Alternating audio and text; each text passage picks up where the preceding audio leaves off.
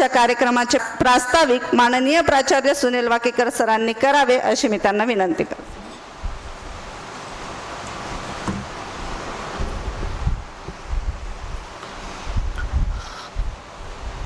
छत्रपती शिवाजी महाराज, महात्मा फुले शाहूजी महाराज, अण्णाभाऊ साठे, माता रमाई, माता जिजाऊ या सर्वांना अभिवादन करतो. डॉक्टर बाबासाहेब आंबेडकर यांच्या विचाराला व पेरियार यांच्या कार्याला स्मरून ही जी व्याख्यानमाला आहे, ही व्याख्यानमाला मागच्या वर्षापासून आपण सुरुवात केली. आप मराठी समझ पाएंगे ना? हमारे गेस्ट को समझ पाए इसलिए मैं कुछ बातें हिंदी में भी कहता जाऊंगा जितना पॉसिबल हो सके. पिछले साल से हमने ये बाबा साहेब पेरियार ये व्याख्यानमाला आयोजित की, इसलिए लोगों के में आज पिछले लगभग 10 साल से काफ़ी डर है, डर का माहौल है इस देश में. किस बात का डर है? आज ही का वो दिन है, आजचीच ती तारीख आहे 31 मे 1936. मुंबईच्या दादरच्या इलाक्यामध्ये डॉक्टर बाबासाहेब आंबेडकर एका परिषदेमध्ये एक भाषण केलं आणि ते असे म्हणाले, मुक्ती कोण पथे, विच पाथ टू लिबरेशन. कुठला मार्ग आहे जो तुम्हाला आम्हाला मुक्ती देऊ शकतो आणि मुक्ती का असावी, कशासाठी मुक्ती पाहिजे. आज या भाषणाला, मुक्ती कोण पथे या भाषणाला सुमारे 90 वर्ष झालेत. काय आज तुम्हाला आम्हाला मुक्ती मिळाली? SC ST OBC महिला यांना मुक्ती मिळाली? गुलामाला गुलामीची जाणीव करून द्या, तो बंड करून उठेल, ही बाबासाहेबांची अपेक्षा होती. काय तुम्ही आणि मी बंड करून उठलोत? प्रत्येक 10 मिनिटामध्ये एक SC किंवा ST किंवा OBC किंवा महिला यांच्यावर अन्याय अत्याचार होतात, खून होतोय, बलात्कार होतोय. आणि तुम्ही आम्ही फक्त बाबासाहेब आणि पेरियार यांच्या भाषणाचे पुस्तकं वाचतो, भाषण ऐकतो आणि आमच्या कानाला गोड वाटलं याच्यामध्ये खुश होतो की यस मी ऐकलो, हो बाबासाहेब मी वाचलेत. बाबासाहेब वाचण्यासाठी नाही, बाबासाहेब कृतीमध्ये, पेरियार वाचण्यासाठी नाहीत, ते कृतीत आणण्यासाठी. आणि हे तुमच्या लक्षात यावं यासाठी बाबासाहेब पेरियार व्याख्यानमाला आहे. बरेच लोक असे म्हणाले, आमच्या महाराष्ट्रामध्ये बाबासाहेब असताना आम्हाला, खरं तर ते किती शिकलेले हा प्रश्नच आहे, पेरियारची गरज काय? तेच मला तुम्हाला सांगायचं की पेरियारची गरज काय. बाबासाहेबांनी देशभर आंदोलन केलं, बाबासाहेबांनी 340 व कलम संविधानामध्ये दिलं, कशासाठी? ओबीसीचं आरक्षणसाठी. तेच पेरियार यांनी 1921ला कम्युनल जिओ 361 नंबरचा पारित करून घेतला आणि त्या 300 कम्युनल जिओमुळं, ज्या कम्युनल ऑर्डरमुळं आजही तामिळनाडूमध्ये 69% आरक्षण ओबीसीला आहे. काय ओबीसीला याची जाणीव आहे? देशाच्या कुठल्याही राज्यामध्ये एवढं आरक्षण नाही. याचं क्रेडिट पेरियारला आहे. मागच्या अनेक वर्षापासून ज्या पद्धतीने देशामध्ये अतिशय भयानक अवस्था आहे, या भयानक अवस्थेमुळं तुम्ही आम्ही डिप्रेशनमध्ये न येता तुमच्या आमच्यामध्ये एक शक्ती यावी, रुजावी, यासाठी बाबासाहेब आणि पेरियार यांच्या विचाराची जोड आमच्या कार्याला असावी, यासाठी बाबासाहेब आणि पेरियार यांची व्याख्यानमाला. बाबासाहेबांनी तुम्हाला आम्हाला सांगितलं की शिक्षण घ्या, संघर्ष करा, संघटित व्हा. आणि पेरियार काय सांगतात? पेरियार सांगतात शिक्षण घ्या, तर्कवादी बना, आत्मसन्मान असला पाहिजे, सेल्फ रिस्पेक्ट. हे जर आलं तर तुमचा शत्रू तुम्हाला पराजित करू शकत नाही. हे करण्यासाठी, हे आम्हाला समजण्यासाठी पेरियार यांच्या कार्याची जोड या आमच्या कार्याला चळवळ असण्याची गरज आहे. आमच्यातील अनेक लोकांना असं नेहमी असं वाटतं, अलीकडच्या काळामध्ये फॅशन झाली काय की एखाद्या वाकेकरला आपण जर विचारलं की तू चळवळीचं कार्य करताय की तो म्हणतो हो. कशावरून?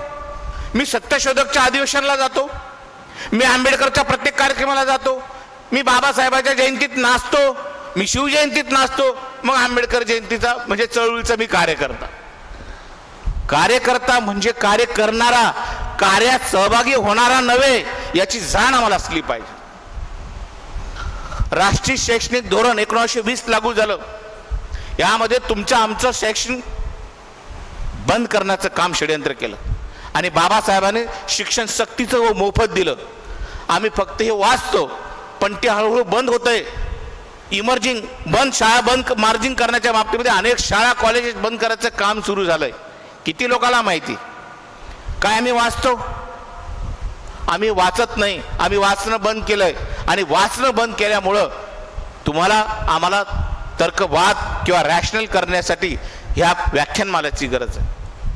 व्याख्यानमाला केवळ ऐकणे किंवा ऐकून इथून घरी जाणे असं जर तुम्ही करणार असाल तर आम्ही हे जे प्रयत्न करतोय किंवा जे जे कोणी भारतात, राज्यात, महाराष्ट्रात प्रयत्न करत असेल याच्या कार्याची पावती न घेता आपण केवळ टाइमपास करत आहोत व आपल्या स्वतःच्या कानाला किंवा आपल्या घरी किंवा आपल्या लोकांना समाजात सांगण्यासाठी की हो मी चळवळीच्या कामात जातो, मी अमक्या सरांसोबत गेलो, मी टिळक सरांचं भाषण ऐकायला गेलो होतो, मी सत्यशोधकच्या अधिवेशनाला गेलो, मी बामसेपच्या कार्यक्रमाला गेलो. अरे गेलो, तू काय केलंस?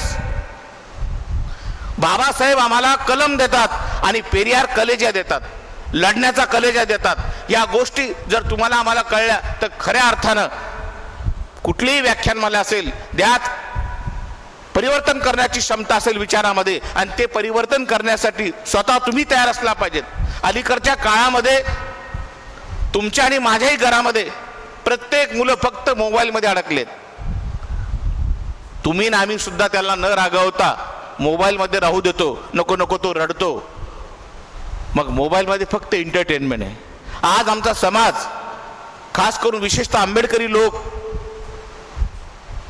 फक्त आणि फक्त कुठल्याही कार्यक्रमामध्ये गाणं पाहिजे म्हणतात. कोण बोलवलं? तुम्ही राहुल आणवीकरला बोलवलं का? देहाडेला भाऊला बोलवलं का? तरच मी येतो. म्हणजे आमचा समाज फक्त आता एंटरटेनमेंटकडे चाललाय, कार्य करण्याचं कामच नाही. मगाशी ताई बोलल्या की आपण इथं पूजन करत नाही का? प्रत्येक कार्यक्रमामध्ये पूजन करणे, ह्याला हार नाही दिला त्याचा पहिला नंबर आला, त्याला दुसरं आधी नाव घ्यायला पाहिजे होतं. यामध्ये आमच्या समाजामध्ये जसं पॉलिटिकल स्टेजवर एकमेकाला राग येतो तसाच राग येण्याच्या प्रक्रिया वाढल्या. म्हणून मी ज्यावेळेस चेन्नईला 5 दिवस होतो, पेरियार यांच्या मेमोरियलवर गेलो.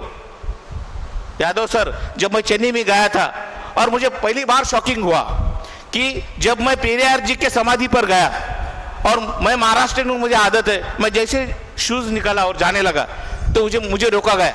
No no no, you wear it, आप शूज पहन लो. मैं क्यों? नहीं नहीं नहीं, यही तर्कवाद होना चाहिए कि अभी वो बॉडी है नहीं और हम हमेशा भाई इसे अगरबत्ती जलाओ, धूप जलाओ, इधर जूता निकालो, मगर विचारों की पूजा हम करते नहीं.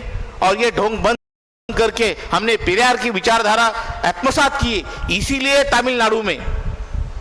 तामिळनाडूमध्ये अजूनही भाजपाचं सरकार बनलं नाही, मनोवादी सनातनी व्यक्तीचं सरकार बनलं नाही. त्याच्या मागचं हेच कारण आहे की पेरियारचा तर्कवाद. हा तर्कवाद जर तुम्ही करणार असाल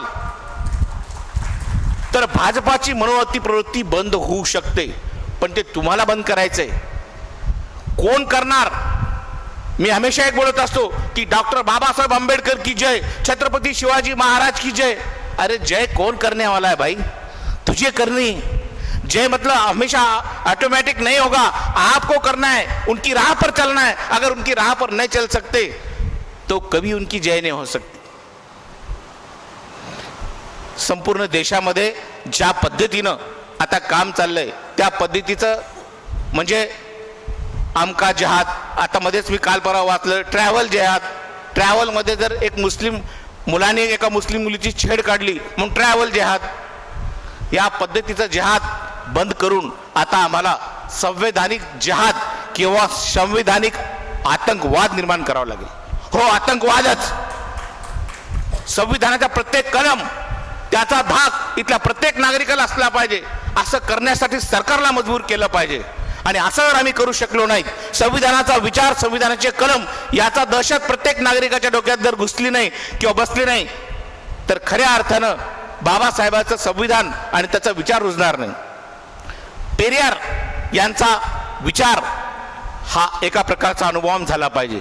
तर्क करण्यासाठी प्रत्येक तर्क करून जर तो विचार घेत असेल, नाही तर मग काय अमक्या राज्यामध्ये गाय खाणं चालणार नाही आणि अमक्या राज्यात 14 वर्षाच्या वर गाय झाली तर कापून खा, अमक्या राज्यामध्ये रात्री गाय खाल्ली तर चालते, घरात खाल्ली तर चालते. इथं तर्कवाद सांगतो की याचा अर्थ तुम्हाला गुलाम बनवण्यासाठी, तुम्हाला नालायक करण्यासाठी इथली व्यवस्था, इथली धार्मिक व्यवस्था तुम्हाला आम्हाला जाणीवपूर्वक अंधश्रद्धेकडे नेते. शैक्षणिक क्षेत्रामध्ये भारतीय परंपरेचं शिक्षण कुठलं?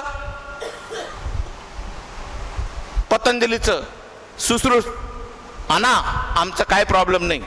पण तुम्ही ज्या मनुस्मृतीचं आणि ज्या भगवद्गीतेचं, ज्या गीतेमध्ये आम्हाला शूद्र संबोधलं, चातुर्वर्ण व्यवस्था सांगितली, त्याचं शिक्षण देणार असेल तर त्या विरोध करण्यासाठी तुम्ही आम्ही जर रस्त्यावर आलं तर खऱ्या अर्थानं विचाराचं, बाबासाहेबांचं आणि पेरियारचं विचाराचं इंजेक्शन किंवा दृष्टी आम्हाला निर्माण होईल.